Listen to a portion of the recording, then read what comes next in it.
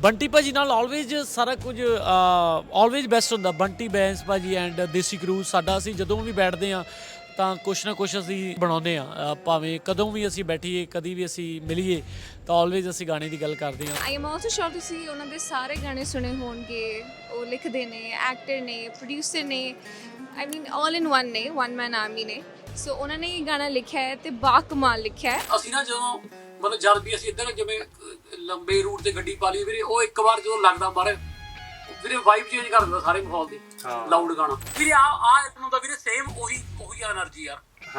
ਇਹਦੇ ਕੱਲਾ ਗਾਣਾ ਬਾਹਰ ਉੱਪਰ ਦੀ ਆ ਰਿਹਾ। ਪ੍ਰਾਊਡ ਜਵਾਨੀ ਐਨ ਬਿਲਕੁਲ ਓਕੇ ਰਿਪੋਰਟ।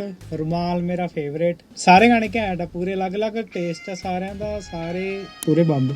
ਕੁਛ ਕੁ ਦਿਨਾਂ ਦੇ ਵਿੱਚ ਹੀ ਅਸੀਂ EP ਪਲਾਨ ਕੀਤੀ ਔਰ EP ਬਣੀ। ਬੜੀ ਮਿਹਨਤ ਨਾਲ ਅਸੀਂ ਇਹਨੂੰ ਬਣਾ ਰਹੇ ਹਾਂ। ਆਈ ਹੋਪ ਤੁਸੀਂ ਬਹੁਤ ਇੰਜੋਏ ਕਰੋਗੇ।